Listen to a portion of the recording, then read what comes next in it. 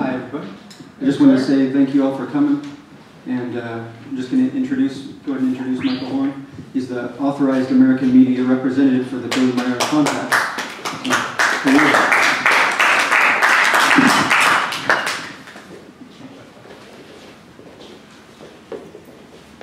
I also thank you again, and I think it's extremely considerate of people already that you've left a complete row for the Kelseyville Out-of-Body Singers Club members that are seated here transparent in front of you.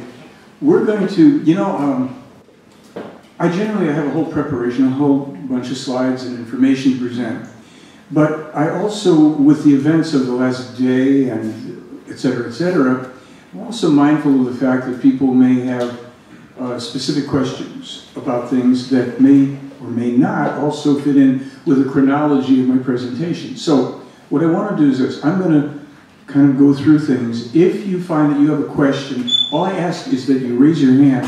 I'll complete whatever it is I'm saying, and we'll probably get on to trying to answer questions. Some of these things will get answered as we unfold. So I'll ask you a couple questions first, like how many people here know about this case in particular with Billy Meier? Just raise your hand. Okay, and most people don't, right? How many people here are interested in the overall topic of extraterrestrial life? Okay, all right. How many people think that we've already had visits from people or other beings? And how many people think that there may actually be extraterrestrials on Earth doing all sorts of things? Okay. Well, that concludes my presentation. Have a great time.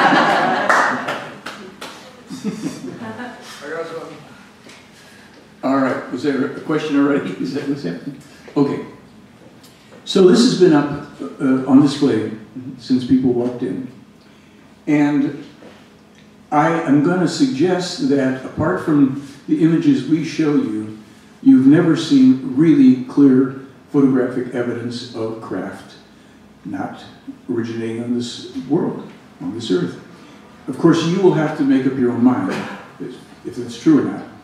I will only say right now, as I probably will repeat, that all the photographic evidence you'll see was taken by this man, Billy Meier, long before there were digital effects, Photoshop, home computers. So everything was done with film cameras. And he's a one-armed man, so he was doing a lot of this. So you may want to take one more look at this before we go on. I like to set up this premise about the confirmed existence of extraterrestrial life. You notice in the beginning, when I asked how many people think or believe that there's been, and almost everybody raised their hands. Yet, if you speak to the majority of scientists, none of them will agree with you. They will say, and rightly so, where's the evidence? What evidence? So, it would be the single greatest discovery if we had evidence for it, and that discovery would be exceeded only by, well, the actual contact with other life forms, extraterrestrials. And what we're going to present today will support that premise or not, depending on what you make of it. We have to always consider what is the criteria that's used for determining the truth, right? And everybody can see the screen well enough? That criteria is, or the criteria are, I guess, correctly, the quantity and quality of actual evidence. If I went and asked each person that believes, has reason in their own mind, to accept the idea or believe that extraterrestrials have been or are on Earth, if I asked you, what evidence do you base it on? I doubt that you'd be able to refer specifically to actual evidence other than anecdotal evidence and people's claims and beliefs. We want to get past that. So what questions, do any people here have any questions that they are holding about either this case in particular or about so-called extraterrestrial life? So you brought up the question about the pyramids in Egypt, and this particular case is loaded with information, most of which pertains to us on our world, our history. very, very, very vast information. And that information also includes topics like the pyramids. So as an overview, to kind of descend on that, let me try and get to that one. We are told that the pyramids in Egypt and some which exist in other places around the world go back over 73,360 years or so. That they were created long ago, that they were made by Earth people with the assistance of human beings from another world, primarily in the Orion galaxy, star system. Those of you who are familiar with Orion, the three stars in the belt of Orion, so when the Giza pyramids are looked at from the top down, that is the configuration from the belt of Orion. The Sphinx is more recent, and it faces the constellation of Leo. Now, in terms of the stones, what we're told in this case is that the stones, in all cases, were relatively locally quarried. That may or may not agree with everybody's point of view, and that isn't, in my opinion, the most important part of this. Because the pyramids themselves were constructed to represent and deliver a lot of information. They originally represented a distance from the Earth to the Sun. There's all sorts of mathematics built in, which have been altered because of the change in dimension of the pyramids over time. There used to be a capstone on the Great Pyramid, which raised its height.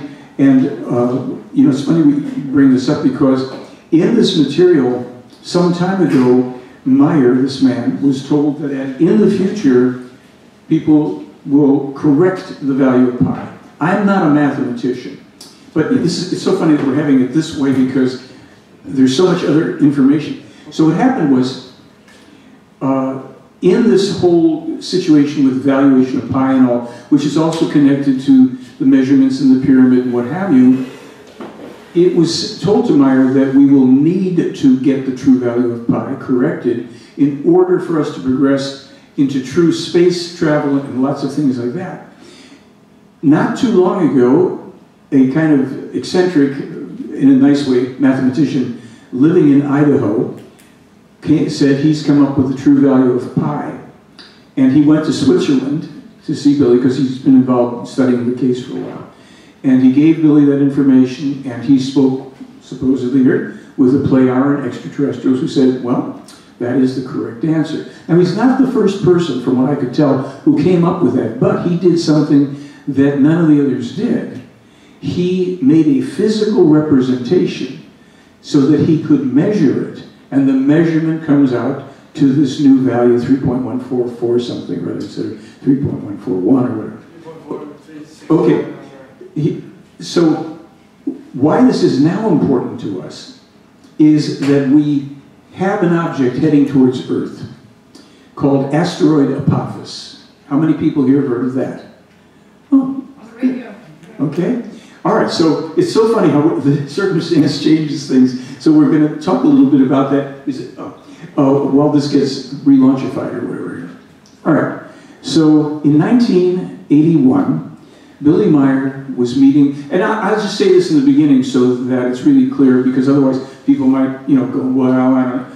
Allegedly, or according to the information in the case, is what I will say when I cannot prove something, or it hasn't been proved by others, to a scientific standard.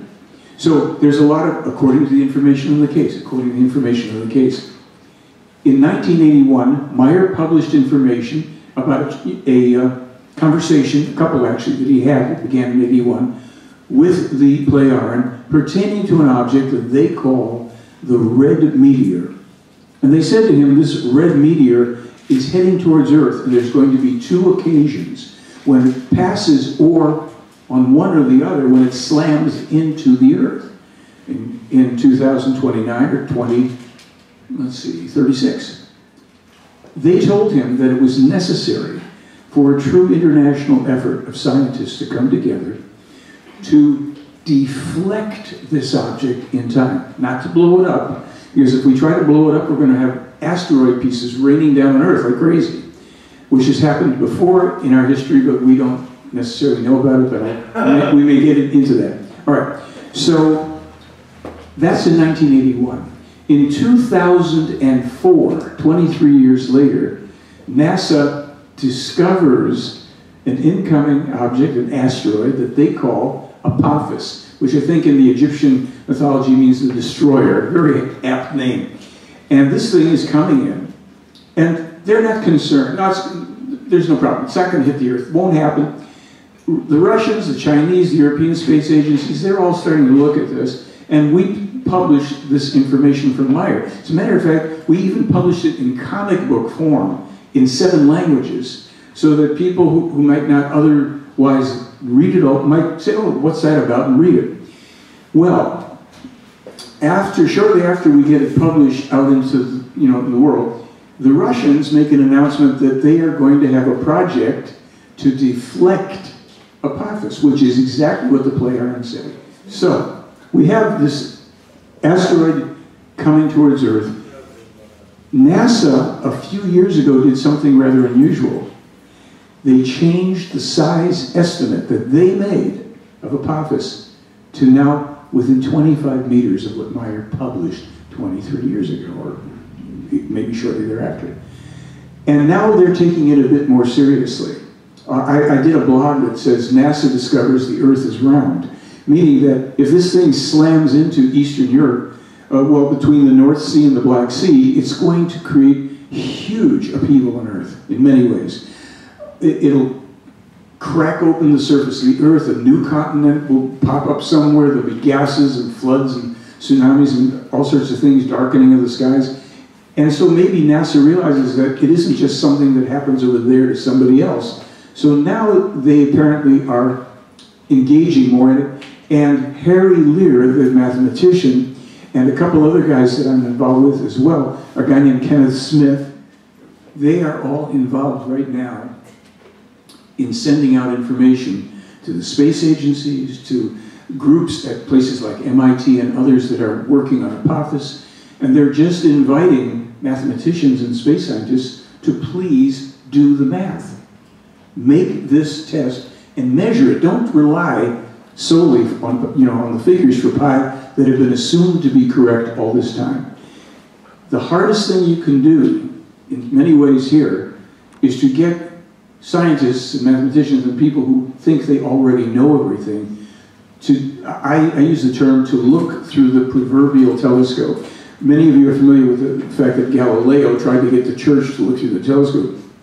Trying to get scientists today to even look at the Meier material has been very challenging. I do have people who are aerospace professionals, physicists, and others now who have done that and who know the case is real. We'll get to that.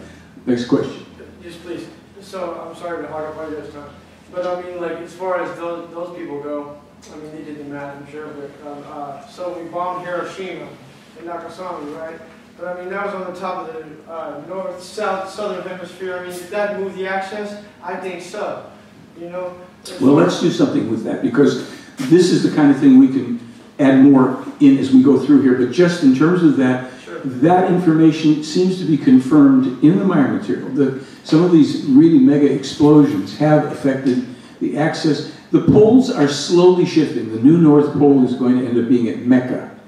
And that is something. And there's a lot of magnetic disturbances, a lot of things going on.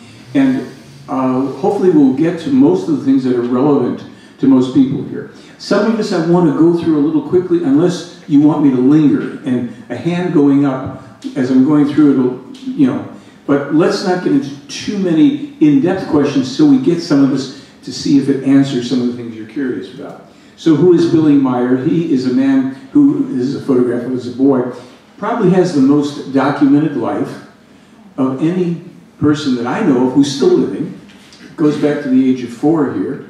This is said to be his first extraterrestrial mentor, teacher, a man named Svath, whose information we will come to in here a little ways in, some of the specific prophetic and predictive, ironclad accurate information he provided to Meier when Meier was as young as, oh my gosh, 7, 8 years old. So we will get into that. And this is a man named Father Zimmerman. There's a hand in the back. Well, that last picture that you just showed us, Spock, it looks like he has like a spacesuit on that Yes. had a bow Yeah, there's no helmet here actually. No, yeah, but he did have a fitting for it because young Meier, when Billy Meier recounted everything about his life, we have films out about this and everything, he spoke about his first meeting, his actual meeting. He was only like 5 years old. And he said, I saw this older looking man standing next to a pear-shaped craft. And he looked like he was in a deep sea diver suit without the helmet on. And he said, there was nothing that I was afraid of. This man had a very benevolent and kind demeanor to him. And when he beckoned me to come forward to him, I did so without hesitation or fear, and it began his actual mentoring that lasted 11 years with Svath, in which all sorts of things were done to increase the young fellow's memories, to awaken him to certain things, to expand and accelerate his mental intellectual growth. So it said in the case. As I say, Father Zimmerman was the parish priest. He had been contacted initially by Svath also, telepathically, because Father Zimmerman, while he was a religious man in this little Swiss village, he also was pretty developed in his consciousness and he was open to it. So Svath communicated to Father Zimmerman that he should be ready to receive young Meier, who will come to him a bit confused and concerned. Is this okay? Because he first had heard telepathically, he'd heard Svath speak to him. He's trying to figure out what's going on, and then he starts to meet with him. And Father Zimmerman was very instrumental in assuring him of this, that this was safe, it was good, it wasn't the work of the devil or anything like that. And Father Zimmerman was apparently a very good and lighthearted guy as well, but well respected in his community. And here we have a couple more photos of Meier when he's young. I'm going to move through it a bit just so that we don't linger too much. We can always revisit any of this that you want. After 11 years of tutoring with Svath, after Svath was just about ready to pass out of life, Meier's contacts began with a woman named Asket, who, these are all human beings. They come from different races. Meier has seen representatives of many different races. Most look very much like us. Some look different. But we're not talking about so-called reptilians and greys and all this stuff that is mainly the work of the disinformation agencies. That's another topic. So Meier, under the tutelage, if you will, and mentorship of Asket, Meier embarked on many travels on Earth, as well as with her in some very, very unusual ways concerning space and time. And he still had two hands during those days before he would lose his left arm. And he got around quite a bit. He traveled through about 42 different countries, always working odd jobs, different things, whatever, to support himself. Here, Meier's in the middle of a bunch of Jordanian partisans in the desert. I think at this time he was looking for the person who had killed one of his girlfriends. He has a life that's like Indiana Jones meets Lawrence of Arabia meets Luke Skywalker, and everything in between and beyond.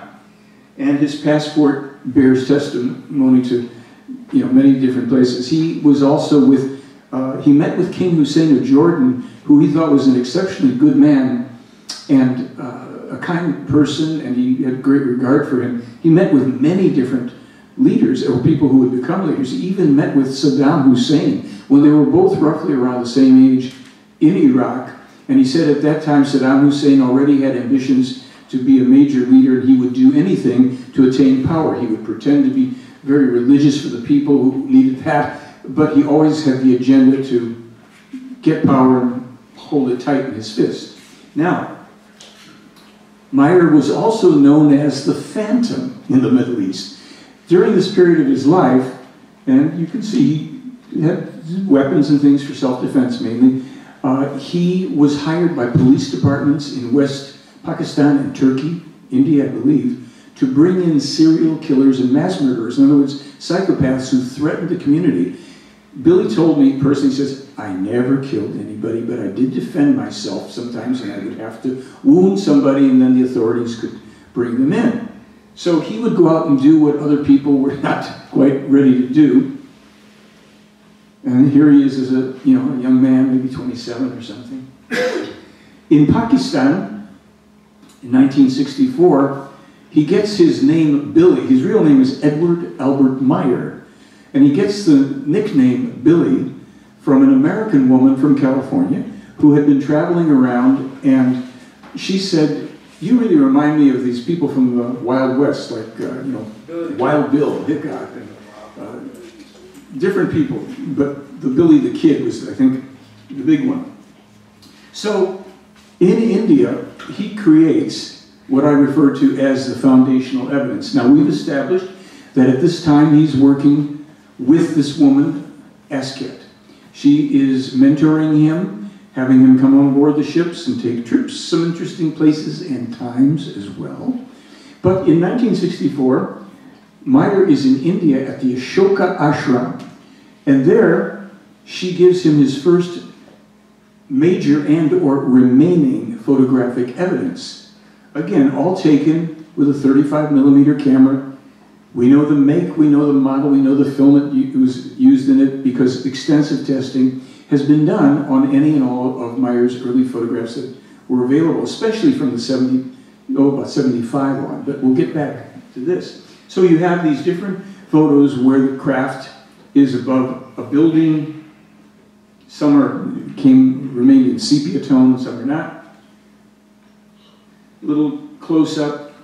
This one is very interesting because Asket and 7 of the members in her group appeared over the ashram. There's a young woman in the foreground there, if you can tell. Over 100 people easily saw the craft around the ashram, and at a railway station in India, even more people have seen the craft. Well, Asket is appearing in the skies here. All right, now Asket does something else that's kind of cute. And this photo, what you see here is an overall. This is Billy's photo album. And when we made a film in 2006, 2008 is when it came out, called The Silent Revolution of Truth. And that film is available on YouTube and all of that. Okay, I was up, my nose was right on this thing because I saw this photo and I said, "Billy, what's this?" And so we filmed it, and we did a screen capture for one of the films. This is Meier sitting in the foreground. Behind him is a spire from one of the buildings at the ashram. He's just sitting casually on the ground. Now, the cross in the sky, I really looked at this photograph. This isn't done with adhesive tape. It wasn't painted on. You can see clouds even still partially in front. Asket generated a hologram, 1964, in the sky. And people have pondered and wondered, well, what's this about? Why this photograph? I came to my own conclusion as to what it was about. I'll tell you in a minute. First, I'll tell you, it was taken with this 1940s bellows type cameras. All of the previous photos were. My father had one of these. These were made, as I say, in the 1940s. No special effects, possibly. You're lucky to get photographs out of the darn thing. It would pull out, and then you'd have to stand there real still, click, click, click, to get photographs. Okay. Well, with these photographs, Meier attracted the attention of a journalist, very well-respected journalist, at a very credible newspaper that had been in existence for over 100 years at the time that they ran this article on Meier.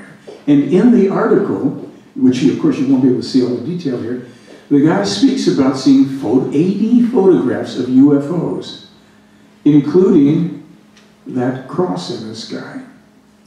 Now, someone happened to ask me, why do you think that photo? I said, well, based on all the information that I'm familiar with in the case, here's my thinking.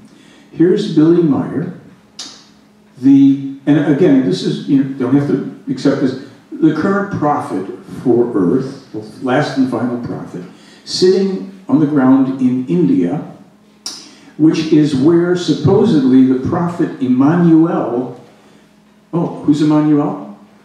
We have Enoch, Elijah, Isaiah, Jeremiah, Immanuel, and Muhammad. Immanuel? Well, according to the information in this case, there never was a human being named Jesus Christ who lived on earth. There was a man named Immanuel, and you can find 2 bare traces of it, one in the Old Testament, Isaiah 7:14, and his name shall be called Immanuel, Isaiah foretells it, and in Matthew 1:23 or so, and his name shall be called Immanuel. That's the only remaining textual evidence that I know of for Immanuel, other than a major book which has now been translated into English and is available. We'll get there. Supposedly, Immanuel lived. A lot of what's in the book of Matthew is accurate or almost accurate. And indeed, Immanuel had gone through the crucifixion and survived it, and made his way with his mother and a brother and a couple of the disciples through numerous countries and settled in India. There are 2 tombs in India, and this material is not the only one to bring it up. There's a tomb for Mary and a tomb for Isa, at the base of which, on the Isa tomb, 2 human feet with 2 dots in the center, saying, "Here lies a great teacher who came from the land where he was crucified to come here and teach us." According to the information of the case, Immanuel's mother Mary died when he was about 48, well after this crucifixion, and he married an Indian woman who bore him numerous descendants. And that leads to a number of other things that are important. Which Indian? American or Hindi? Excuse me, could you raise your hand? Which Indian? American or Hindi? Okay. Just for further reference, if you've got a question, pop it up so I can see it and call it. I got it. So it's East India, India across the sea. India, right. So what happens here is, in that photograph, let's go back to it for a moment. We have Meier, the current prophet, according to this, in India, where Immanuel finally died, is buried, with the symbol above his head as what's recognized internationally as the cross that represented Immanuel, aka Jesus. The true cross was not shaped this way, it was a Y-shaped cross. But here it is as symbology for those that want to look at that. Okay, now, what ties more of this together, apart from my trying to find it all, is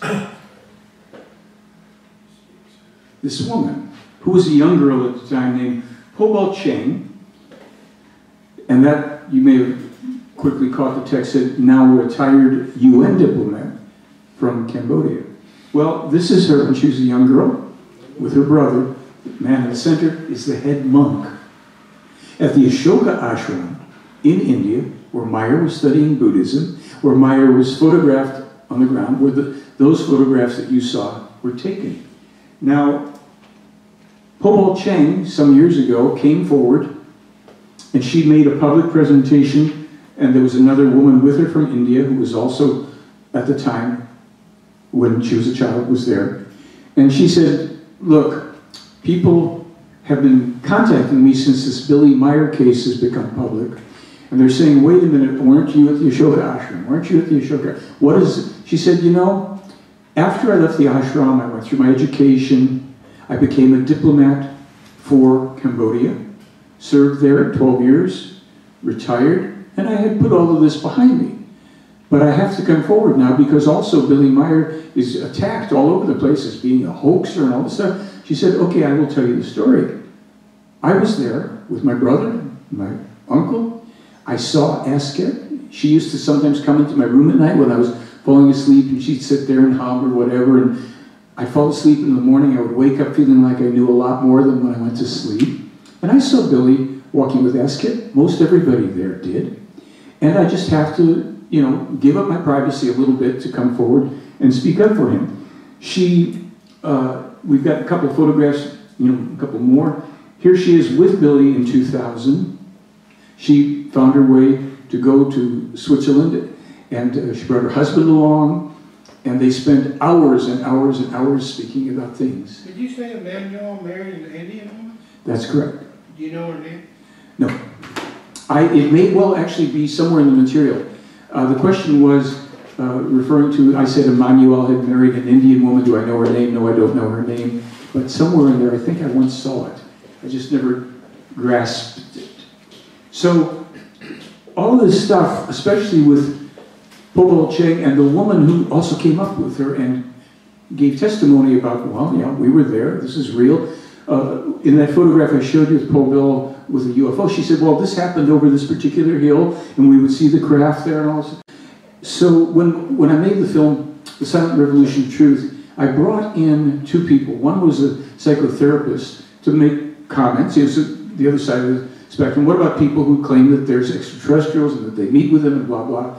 And the therapist said, well, you know, a lot of people, they may be schizophrenic and all that. On the other hand, who knows, maybe some of it's true. Well, I brought in a guy who trained special forces and all in reading body language for the military. And why?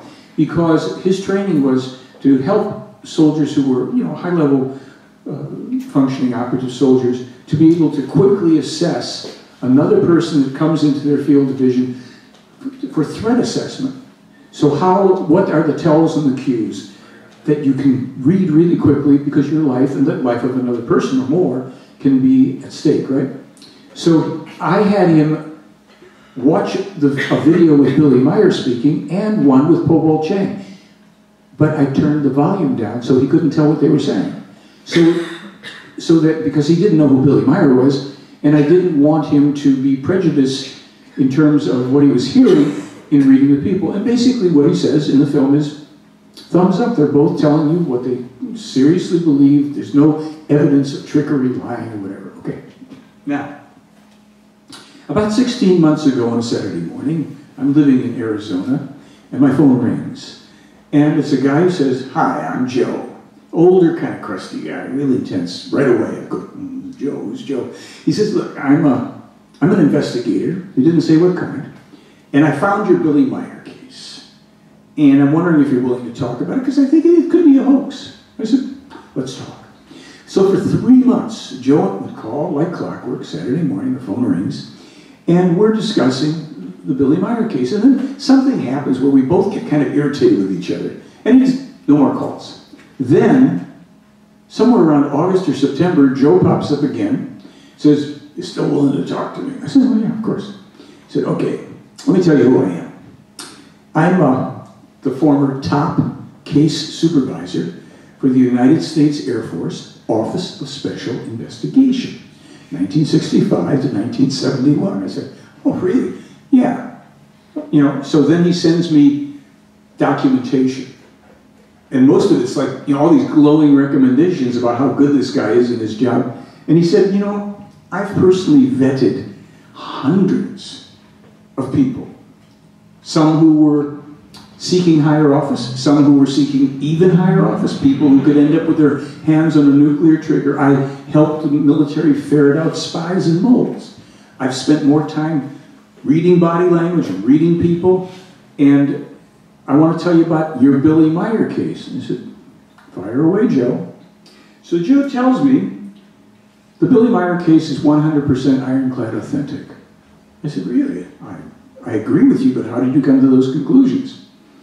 Well, Joe decided to look at that foundational evidence from India.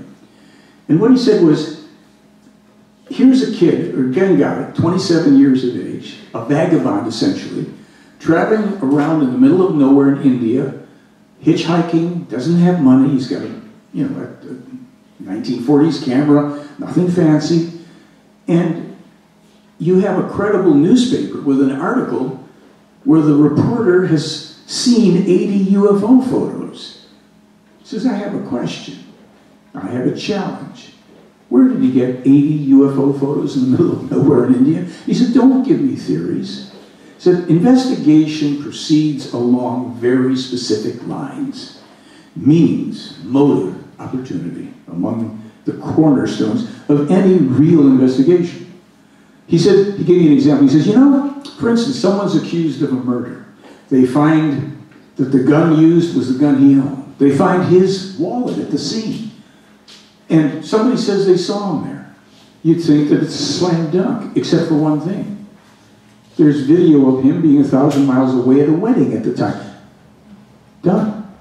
He's not guilty. So people that accuse Meier, with all of the evidence that Meier has presented, they have to show, how did this guy come up with 80 UFO photos? 1964. And you still have 10, 12 of them? And then he said, on top of that, and this is, of course, new information right now to you, he said, Wally Gentleman. Now, Wally Gentleman was the special effects director for a film called 2001. Some people heard of it? It's a while back, okay. And that means that Stanley Kubrick had hired Wally Gentleman to direct all the special effects. That's not some model maker somewhere, you know, some kid. That's a guy who, at the time, was doing state-of-the-art special effects. And they showed him Meier's film. And he said, I could duplicate it if I had $15,000 for this and $30,000 for that and another $30,000. I could duplicate it for about $80,000. And so they said to him, well, he shot it with a handheld, you know, film camera, not even a video camera. He said, no. He says, it has to be real. It has to be real. So we have Joe Tisk, who's an investigator who considers those things, and he says, look, unless those two things are answered with evidence, he said, I will personally take on any skeptics for you. And we've had, as you can imagine, we've had skeptics coming at us for a very, very long time. Well, Joe actually did take on 2 skeptics. And after he did that, he called me up and he said, I don't know how you can talk to these people because none of them know what they're talking about. They're not investigators. These people in the UFO field, they don't know what they're talking about. So he says, you know, I had a headache from it, but I'll tell you right now, none of them can answer this.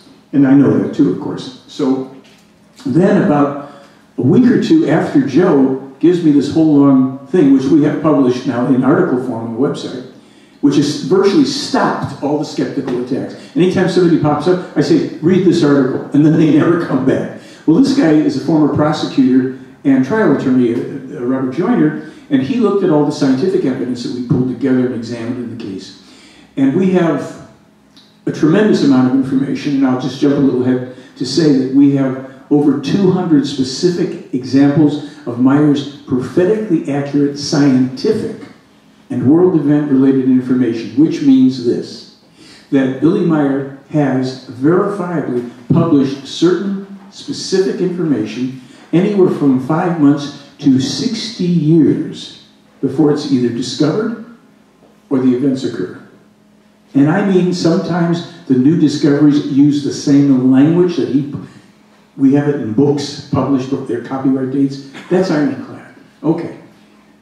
I have a couple of other guys on my research team, if you will. So Matthew Wiskowitz, as you see here, former NASA aerospace engineer, worked on the space shuttle, worked on the space station, worked for various Honeywell, Rockwell, all these people. And he first came in contact with the Meier material also close to 40 years ago, like as I did. And he at first thought it was a hoax because he read all of this info online, which he has now found out is mainly CIA-created stuff. It goes even, if you knew the truth about how much effort they go to keep this out of the news. That's why when I said, how many people have heard about this before? You know, a couple of hands go up. If this is real, you know, why doesn't everybody know? And that's something else. Okay, Kenneth Smith is the recently retired operations director, VP from Orbital Flight Systems in Tucson. And he's another guy that knows that this is real, and he's come forward to support it. And he has people still working at Orbital and other places who are high-level, top secret, all that stuff. And they've said to him, yeah, we know this is real too. You know, go for it, do something. So this is, oops, go back. India, we have that foundational evidence. That's the first actual evidence, and it actually establishes the credibility, authenticity of the extraterrestrial origin of these objects. And then you can draw other deductive conclusions about it. So consider the singular historical significance. So if we consider that, then we're going to go, well, if that's true, if all of that is even possibly true, what's the reason for it? Why? It isn't for us to play video games online, that's for sure. So we're going to discover the truth. The truth, which is something rarely spoken about. You will, if you go into so-called UFO circles and all that, they're not particular. I never see it mentioned. It's always the next light in the sky. And the truth is very, very often quite harsh. Especially the more you get into this material to find out what it's about, because it's also to help us assure our own very threatened future survival. Nobody's going to do it for us. We're not being attacked by aliens, extraterrestrials, and nobody's coming down to clean up our mess. That is pretty darn sure at this point. In 1975 then, after Ask gets 11 years with Billy, we have what are called the official contacts starting, and that means that the contacts and the evidence and information from, be careful you don't sit on one of the people from the out-of-body signals, all of the information and evidence that is now forthcoming from 1975 is meant for public dissemination. And the woman who now takes over contacts with Billy is called Semyaze. And yes, we know there's similar names in the Bible and all. There's info on that as well. Meier had lost his arm in 1964, really bad bus accident, 64, 65. And so he is a one-armed man at this time. And here he's photographed with his now ex-wife and their 3 young children. He was working, he had part-time disability, he worked part-time as a night watchman, while he was literally single-handedly building a home which is now the center in Switzerland. Semyaze's father is a man called Ptah, similar to the ancient Egyptian name Ptah, but a different. There's also more information on that. I'm not going to go into every detail on this stuff because we would be here for days. Ptah is Semyaze's father, the leader of the Pleiadian race. One of his right-hand men, so to speak, is Quetzal, not the same as Quetzalcoatl. There's a woman named Florina, who also works with them, and many others, but these drawings were done with the help of the Pleiadian telepathically. They did rough sketches and then worked telepathically to guide one of the people at the center, or 2 of them actually, to refine the drawings to look like them. Now, when we speak about the 1975 evidence, just like when you walked in, most everybody who walked in saw one of the crafts there. Well, Billy's photos are the clearest, closest, absolutely vetted over a period of 40 years with state-of-the-art technology, photographs of actual objects not made by anybody on Earth. He's taken over 1,200. There are 8 remaining films. There's a video. So there's metal samples. There's lots of stuff. In this particular sequence, we showed one of the photos at the beginning. They moved the tree, they moved the craft around the tree in different angles so that he could photograph it. And you can see that there's the reflection of the sky and tree and all the rest of it.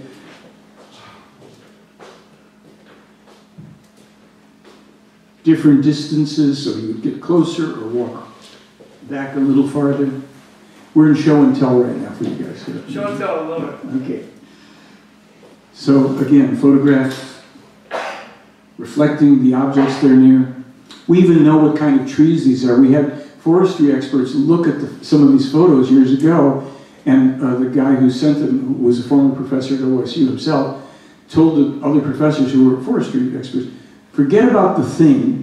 Are these model trees, miniature trees? And they all said, no, no, no, those are real trees. And they explained why. There's pruning marks, there's nesting at the top. He said, nobody makes miniature trees like that. And we can tell, we know what the species is and everything. Meier took photographs and films of up to 3 of the objects at a time. Actually, photographs of up to 4. In the film that this comes from, and I'm not showing a bunch of films, they've got some to do. Those 2 discs that are there kind of wobbling around, suddenly they simply disappear and there's only one left to view. This photo Meier took from inside one of the craft, looking out a window at 2 other craft. That's Switzerland down there. That's a craft. And there's a craft. And he took one more. 2 craft outside the window. How nice. This is a famous photograph called the sunlight shot. The reason this is so interesting is because on really close magnification examination, those branches are shown to be in front of the craft. Now that means that that craft is approximately 21, 23 feet in diameter. These are real and large trees. We may be able to get a little something going here.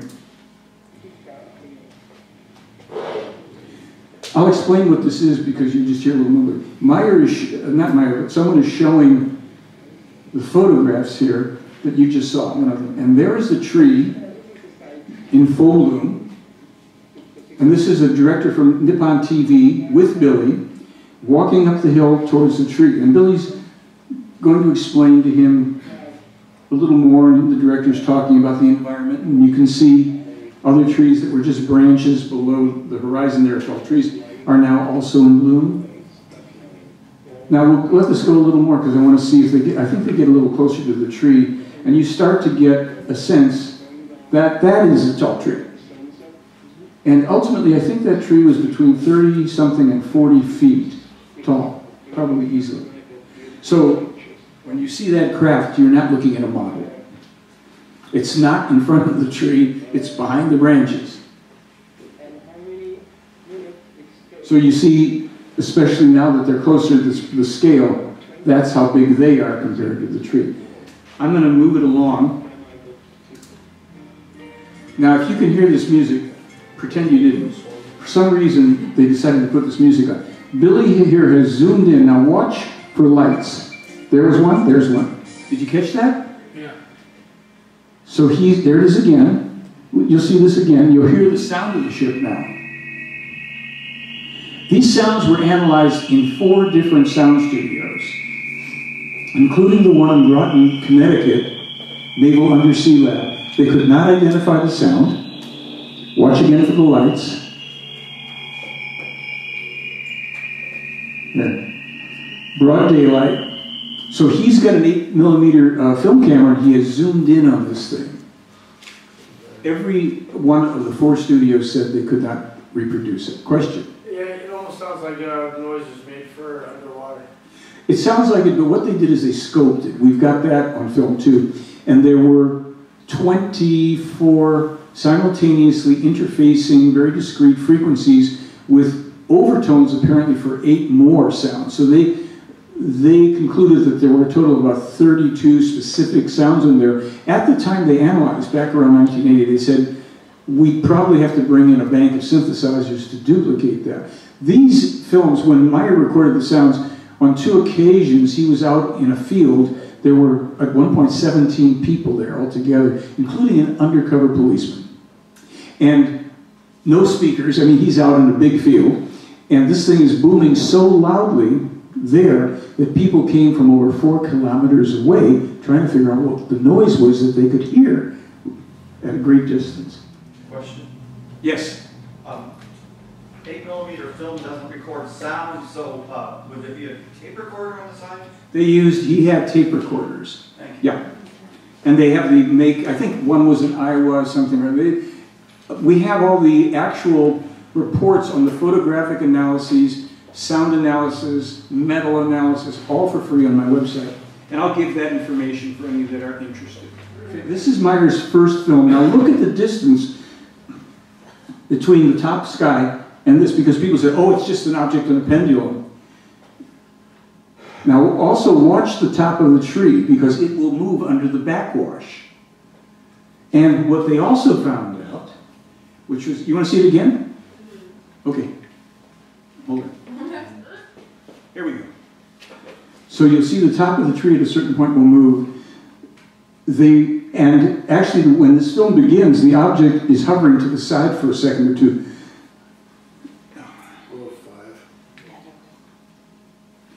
When this was analyzed... Because most people thought it was tethered to the tree, like a yo-yo. Yeah, and it wasn't. They actually did, they did things where in order for the apex to be here, move, well, it doesn't work because it would have to have then been moved to here. It's all explained there. I've got the investigation printed. It's out on the table. It's over there on the table, and this is what I'm showing you the front of it. They found out that in one of the frames, the craft was in one frame in 2 places at the same time. In a fraction. And it was captured when they analyzed, and somebody's just sent me some other stuff to look at for analysis that may hold other information. This stuff is to say the least, rather interesting. Now, this is what's called the wedding cake UFO. And most everybody, including two of the original investigators, said, "Oh, that's got to be a hoax. Nobody could, you know, nobody would make that thing." Again, a real tree, pruning marks, etc. Another angle of it. And here it is. Meier's within 15 feet of it on the ground, in his front yard, literally. What are those round spheres? Do they know what they do? These? Yeah. We don't have definitive information, except that in some of the reports when they're talking about energy collectors and blah, blah, blah. We didn't have those type of telescopic lenses at that time. Right. And speaking of lenses, if you can see there's a blue inside of there are some kind of lenses in at least two of those things. There's 100 of these red light things around the whole thing, plus blue and green one. Maybe you can see a little more detail. It's a little blurry, but this thing wasn't made by Billy Meier. We've concluded it. Now, I'm going to take you back so you can see something here. You see this ridge line around it? Right there, right? So what we have here is we've got the various globes here, and just above them we've got that ridge, and then we go into that dome, mini dome. Now let's go here. This was photographed at night. That's where that line was. This cupola actually raises up. Now, the skeptic said, that's a gold model against the black curtain. They were firm about that. Then a funny thing happened. One of the people who do you have that other, Zahi's book there, right? There is a whole analysis done on this recently in the past couple of years. What's interesting about it? Well, let's just look a little more. This is what it looks like at night, apparently. All of these things perfectly set around that rim. These details are a little fuzzy in this resolution, but just all sorts of stuff. Okay. So we come back to that. So Raul Zahi, who did the analysis on this, takes this photograph right off the internet, 35mm photo, drops it into Photoshop, and he raises the contrast and lowers the brightness or vice versa, and he gets this. An object hovering above a gravel road. That's one of those meter-high markers they have in Switzerland along the road. That's a grassy hill. Again, I know you can't see everything there. And the ship now shows an energy field around it. Another guy did it, just changed the settings. He gets virtually the same thing. Some kind of energy emanating from this craft. How did Meier get there? He's above the ground. Meier was sitting on the rim, he said, of one of the craft above the earth, and he's photographing this. And I even had it displayed in Times Square for a few minutes. This is the book on the analysis of the wedding cake UFO that you can see over there. And then Meier also photographed another really screwy thing. This is an energy shed. Well, the skeptics jumped on this. Oh, it's a deliberate double exposure. It's a fluorescent light. And, you know. So a guy I knew at the time who was not into UFOs happened to have been, I knew him from high school, and he'd been for 50 years involved in filmmaking and special effects, Disney, all sorts of stuff. So I said, Ken, take a look at that. What is that? He said, he says, that's a triple exposure done inside the camera accidentally. He says, that's not an outside effect. And subsequent to this, Raul Zahi has a whole analysis that I think he and Chris Locke, a guy in Japan, did, showing that this is a real object. It changes shape and size, emanates light in very funny ways.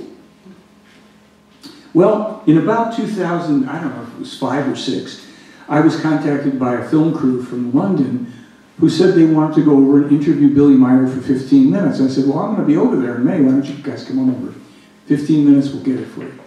So they came, and about an hour and a half into this 15-minute interview, someone walks in and says to Billy, hey, why don't you show them the handprints? oh yeah, the handprints. So we go out to the parking lot, and Billy's stepson has a little Subaru wagon parked out there. Now, if you will look carefully, thumb, 2, 3, 4, 5, 6. That's Billy's hand there. And this is not the Plejaren. This is not the Plejaren. This is another race that worked with the Plejaren who came to do the monitoring. There's a monitoring that goes on over there in Switzerland all the time. And they came to do the monitoring while the Plejaren were off somewhere else. And one of the little guys did this. Why is this effect? As Billy was told when he first met him, he said he was introduced to these two people there, Trilaner. They're from some other civilization, and he wanted to shake hands with the guy. And Ptah said, I don't think you should do that. And Billy says, well, you know, it's our way. He says, no, that's fine, but don't do that. He says, their chemistry is different, very different than yours. And he says, well, what if we just touch fingers? You know, like he said, my finger burned for a week. Their skin composition is very, very acidic compared to ours. So when they laid their hands and or, you know, from elbow to fingertips on the car, it etched the papillary lines into the finish of the car. Now, I was there with this, and they actually did it to a couple of cars. This is somebody else because Billy does not have a left hand. And they smudged up a couple of cars with their funny chemistry here. And it was kind of, I think you could just say, a kind of capricious thing. They knew they would create a strange effect. What is that picture of a hood of? This is a hood of a little Subaru. I thought, right. This was an little old Subaru. And that remained etched into the finish of the car for at least 4 years. Because every time I went back, they were still there through all the Swiss winters and summers and everything else. And then the kid moved away. I don't know what happened. Linda Moulton Howe, some of you know her from all of her cattle mutilation stuff. So she contacted me and she said, well, could I bring scientists over to examine this? And I said, yes. Billy said, you may, but please don't destroy the car. Well, she never showed up, of course, because it's a lot easier to sell theoretical, hyper-hysterical, absolute BS that's done by our military and pan it off as extraterrestrial, alien nonsense, instead of actually going and finding out what's happening with a still ongoing UFO contact case that has now been running for over 76 years. So we come back to this early statement about the confirmed existence of extraterrestrial life. Confirmed contact. So indeed, if anybody here thinks, well, you know, so-and-so's got this extraterrestrial case, well, see if they have any evidence that is even remotely comparable. And of course, after almost 40 years doing this researching, you know, I know that nobody does, and I'd be glad to see it if they did. And this is my perspective, my position on it. This is what the UFO cover-up is solely about at this time. Most UFOs, not all, most are secret military craft. Most from this country, but there are other countries and groups, including in South America, other places, that have alternative craft. They are not true interplanetary, let alone interstellar. And many of us who've seen craft, most of the time what we're seeing is terrestrial stuff. Let's see if we can hear Billy in this.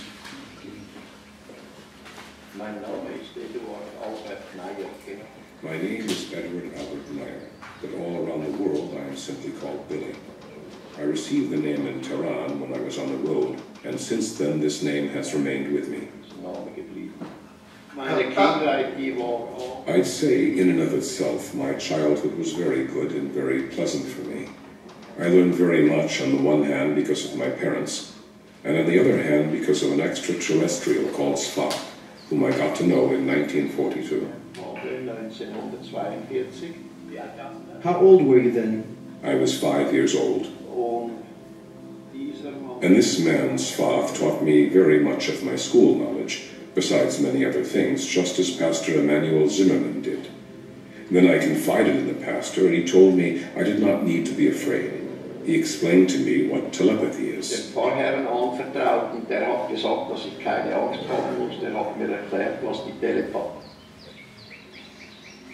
Okay. This is hard for a lot of people to accept. But from the Plejaren as well, and other people who investigate have never seen any actual evidence of anything that can be verified as being of extraterrestrial origin and manufacture, especially in things like abductions. Are there some people that have various kinds of implants? Yeah, but that doesn't make it extraterrestrial. As Billy has said to me, we've had various technologies on Earth for many years, decades, that the public knows nothing about.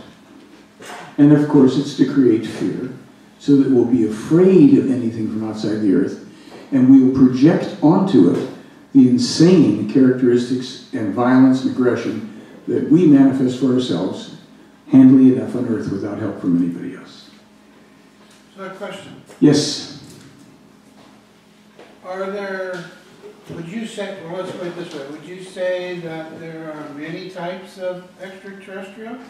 Or is there particularly one that's... According to the information from Meier and the alleged, if you really want to play on, there are many different kinds of extraterrestrials, but they are not on our planet. They are not contacting people here. They're not abducting people. Have there been actual extraterrestrial abductions? Yes, they've said there have been about a handful over a 200-year period of contact exams. Are there hostile races? Of course.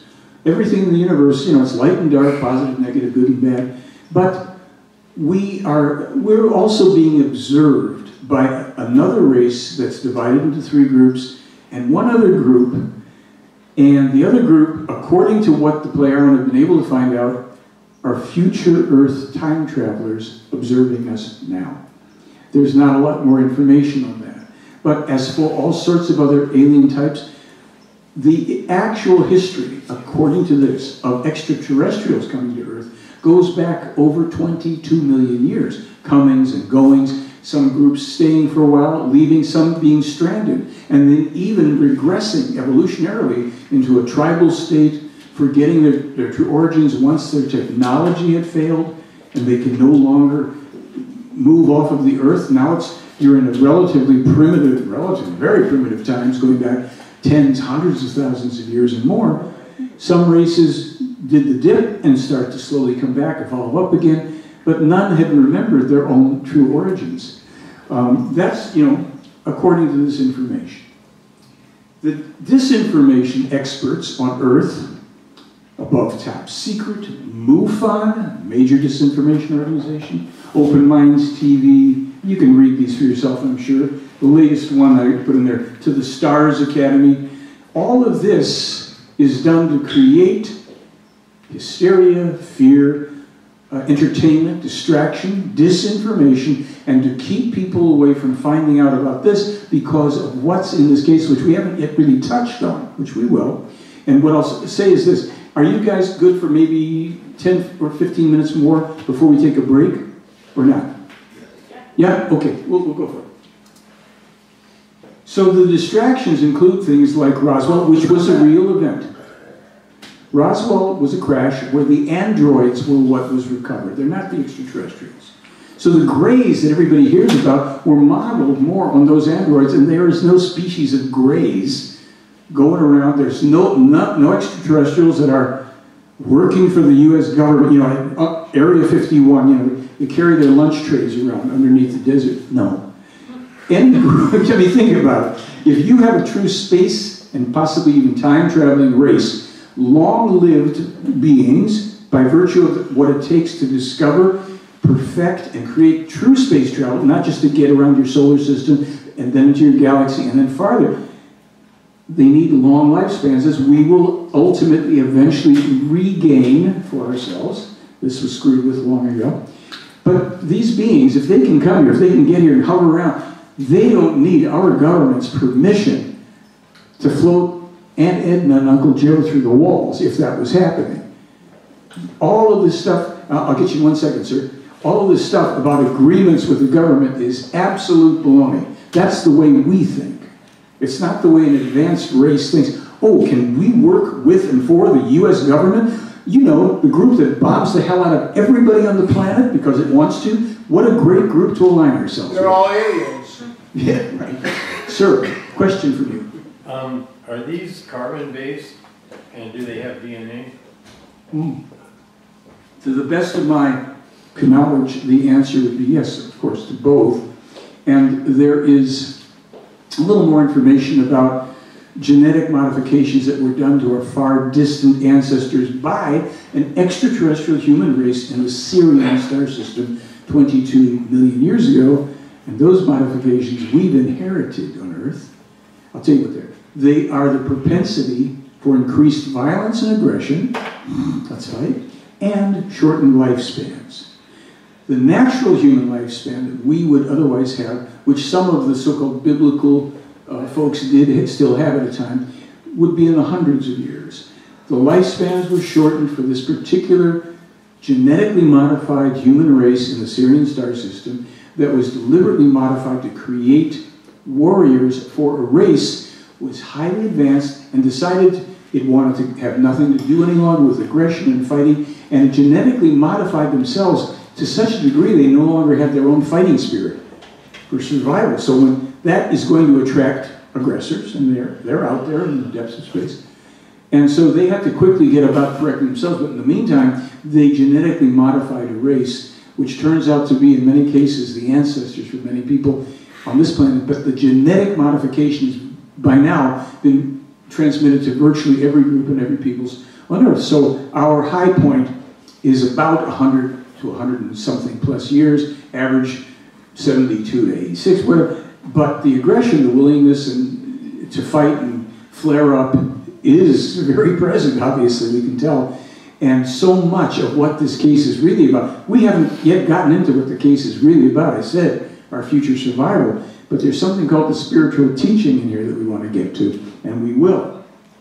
So I call it the UFO IC, the UFO community and industry, which is what 99% of what you come upon online and in every other form is. It's an industry, it's made to profit people, it's not made to find the truth. Because if MUFON, for instance, I happen to know the guy who's the president of MUFON, I've spoken with him, and he's told me he knows the Meier case is authentic. But it's too good to be true. They have all sorts of excuses. The real excuse is what I call the empty room. Because if any of these people, the so-called UFO experts who don't know a damn thing, none of them, unless they read the Meier material, yeah, have there been sightings of things? So what? We can all cite things. The empty room is what happens if these people have the integrity, the honesty, and the responsibility to humankind to tell the truth and to say, go look at the Meier material. That's where the real thing is. Who knows who Stephen Greer is? Yeah. 10, 12 years ago, I personally, at an event, on the same panel with him, I said, Stephen, I'll give you everything in the Meier case. You know, you've got all these nice people that you parade forward who've seen these things. They don't know what they're seeing, whether it's from here or elsewhere, and they're all, I believe they've all seen things. I've seen things, you've seen things. I said, but why don't you take the Meier case where we've got all this documentation? He would not even look in my direction. It was great. He just sat there as if it wasn't happening. Another profiteer, a huckster who probably started off with great intention and now sells bogus, multi-$100 contact in the desert, shine your flashlight so the aliens will know where you are. Haven't we yet figured out that if an extraterrestrial could get here, wanted to contact anybody, we wouldn't have to go looking for them in the desert? Why don't you look for them in New York City? I mean, it just makes as much sense. So with MUFON, they've been almost 60 years in existence.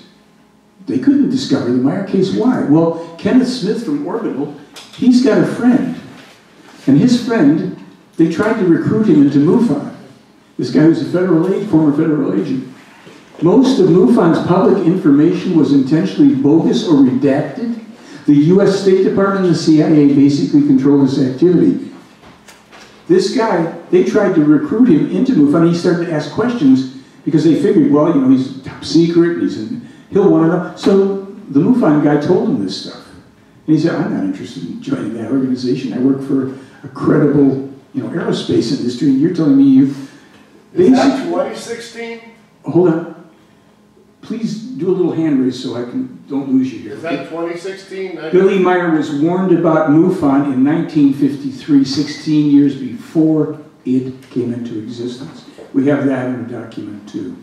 So with this whole thing with MUFON, They are feeding information. The people that are the MUFON investigators, you know, it's like people that want to feel important. You can join MUFON and run around and you'll be a field investigator. All you're doing is field research for the secret military program, so they can look at your photos and your films and all and say, okay, so we tested that and that's how it appears now. We need to work on this, or we need to work on that. I mean, this is how cynical it really is. The Pentagon, as you may have heard in the last few months, they spent $110 million over, I don't know, 5 years. They couldn't find the Meier case. How come? You're finding it today for free. Some of you have heard about it before. Why couldn't they find Billy Meier? SETI? I've written to these people. Every one of them is a joker. They're searching for extraterrestrial intelligence. Here it is. There's one guy with SETI. Well, when we finally are contacted by extraterrestrials, they will no doubt speak the language of math to us. It'll be universal. Well, it turns out that language of math isn't quite so universal. There's different maths represented in different ways. But I wrote to them, I said, well, you know, they're already talking to Meier in German. Don't you think that if they're really smart enough to get here, they might be able to learn our languages just like we do? For 76 years, they're talking to this kid to man in German, and it's all transcribed. And all the stuff you can't find and you can't discover, we've already published it. Exopolitics. I don't know if you've heard about this group, another disinformation organization. Personally, spent time, hours, trying to get them to allow the Meier case to be presented and to be investigated. Every excuse they could possibly come up with. Basically, no.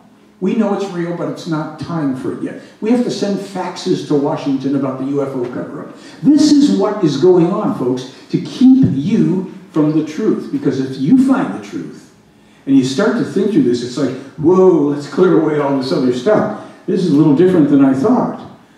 You know, forget UFOs. I tell people, after, you know, we go through this, okay, UFOs, now just forget about UFOs, because you're not going to be able to do a darn thing with them. You do something with the material and the information.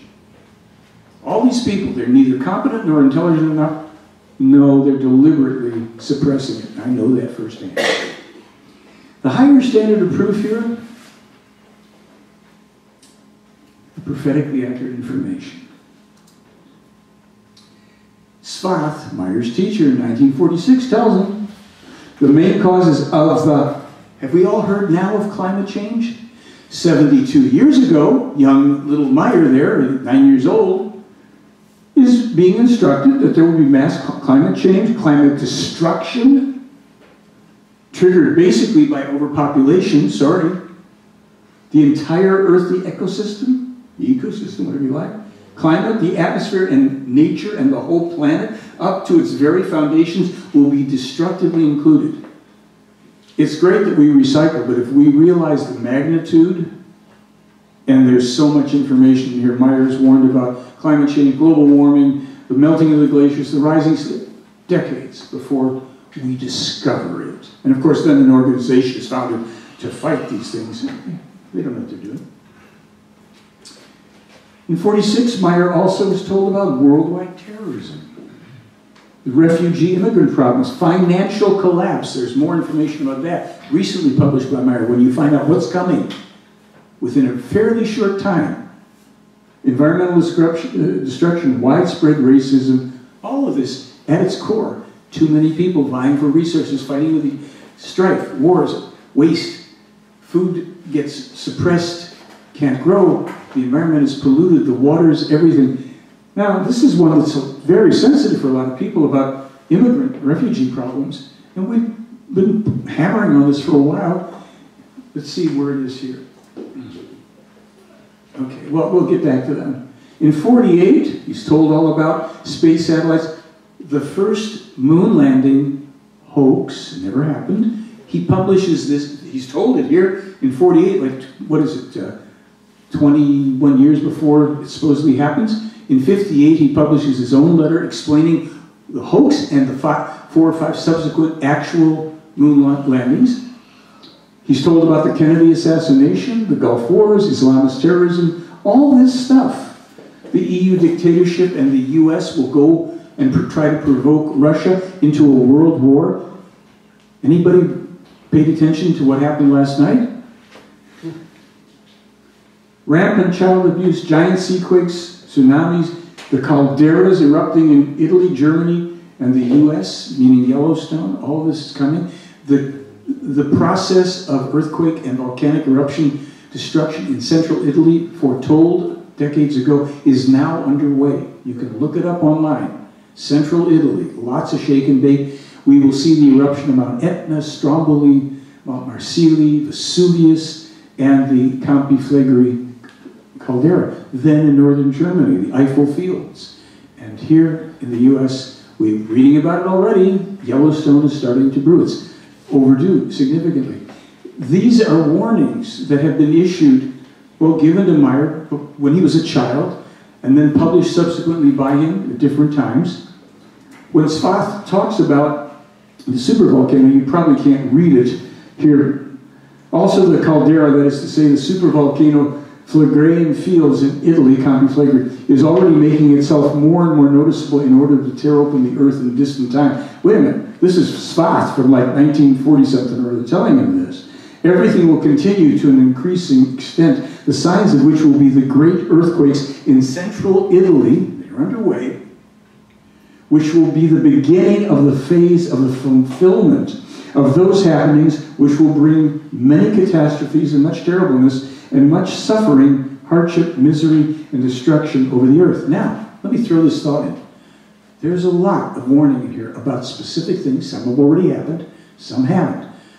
It's not the intention of either me or the people in this case to bum everybody out. Prophecies basically are warnings about things that will happen if human beings do not alter their ways. Some cases, the events are, let's say, outside of man-made causes. Most of this stuff has been set in motion through human activity and behavior. You won't get anybody in the sciences that'll talk about it. They won't acknowledge this. It's like no matter what events happen, I send information showing published documents foretelling the specific thing. Can't get any responses. You talking about like the wrath of God? No. We will get into the thing about God and all of that in a second. I was just saying it might have to do with the removal of the oil. Well, that's another thing. Meier was specifically warned in 1976 that the extraction of petroleum, natural gas, the mining of ores, all this stuff is devastating to the planet because with all the oil, petroleum that's sucked out of the earth and natural gases, we imbalance the tectonic plates. We can't replace those caverns with something of the same viscosity. Seawater and all of this, water isn't the same thing. That stuff is there to buffer the plates. It's a natural secretion of the planet. In addition to whatever remnants of biological material from decaying plants and fossil, old creatures that were here, there's a secretion. The planet makes it. We have ripped this out, so we've set in motion the conditions for massive quakes. There are some that will affect areas north of here, which now, strangely enough, after Meier publishes it, years later, Oregon State University concludes the same thing about a coming megaquake and tsunamis in the Cascadian Fault. That wasn't published first by our scientists. It's published first by Meier in 2005. A 9.0 quake will run for 5 straight minutes at 9.0. Shake and bake. And then a tsunami comes in, massive one, and then another quake, another tsunami. Cascadian selections are, we know that that's, there's a guy named Dutch Sintz who's on the internet with predicting stuff, and he's seen certain patterns developing. Even he won't look at the Meier material. I mean, it's just funny how odd people are about it. But I mentioned to you that Meier had some little ventures in time, and we will get to the specific thing about his trip to San Francisco in the future when he observes it. But this is about, as the time fulfills in Italy. But also in the south of Europe, the all-transforming consequences will be enormous when the volcanoes of Mount Etna, Vesuvius and Stromboli, as well as the submarine largest active volcano of Europe, Mount Marsili, off the coast of Italy, together with about 24 further submarine volcanoes in the Mediterranean begin to erupt. We don't yet know about the extent that Meier was told about of submarine volcanoes around the Earth. Those will become active. And, you know, there's a lot here. Maybe we need to take a little break. But, you know, don't get depressed and, you know, and drown yourself in bubbling water or whatever you do. We're going to have the real reason more about where we're going in this and why. Why the warnings? Why all of this stuff was told to Meier? Why he's been publishing it himself since he was 14 years old with the help of school teachers? Why he sent thousands of letters around the world to scientists, universities, and people to get only one response ever. I think it was from the West Germans who said, "Thank you." That was it. So the consciousness in the world, to a large degree, doesn't want to allow this information to come in. And because it's been suppressed, and it is actively suppressed today through very, very high technology. As a matter of fact, there's a new translation, not a translation, well, there's a new article online, still in German, from Switzerland, about a group that has an enormous technology with which they use computers, cell phones, everything you can think of, any device, radio, TV, to beam out highly negative impulses to people, to suppress, to mislead, to create fear and anxiety and all. And they even attack Meier's computers in Switzerland. He was told this by his extra...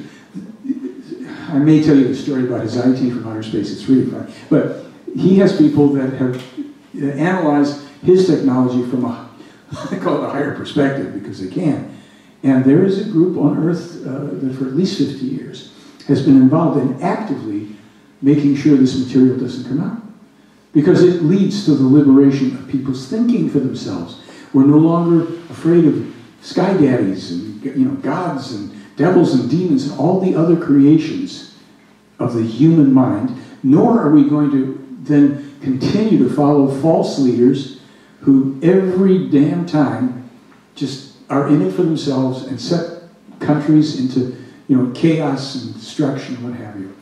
And there's information in the case about Clinton, there's information here about Trump, there's all sorts of stuff. We will get through it. How about we take a little break for your own relief here? You want to ventilate, hydrate, whatever. And yes, before you get up, yes? I was just going to say you could mention the workshop in spiritual teaching. You know what, when you come back, we're going to go through some more information, but we'll try to spend a little time towards the end of it. For those who want to put into practice one of the things that the Pleiadians recommend we learn to do for our own sovereignty, solidity, consciousness, evolution, etc. Because this case is about, at the core, 100% self-responsibility, not looking outside of ourselves. Forget about ETs coming to save us and demons, saints, aliens, forget it. Just like forget about the UFOs. Once you're satisfied, okay, UFOs. This is about us taking complete responsibility, and the next important part, there's the 3 steps here that are important. The second step is we must see things as they are, not as we prefer, not as we fear, as they are, and then to learn neutral positive thinking. Not hyper-happy New Age Band-Aid thinking, but neutral positive thinking, whereby we learn to discern how to see what things are and how to change them in preferred ways so that according to the immutable universal law of cause and effect, we are moving forward in a deliberate way in our individual and collective lives. And in time, we will have a world like that, but it's going to take some time. So we'll take a break. I hope you'll come back for the second half, and feel free to look at things. If you have any questions about DVDs or books or anything there, feel free.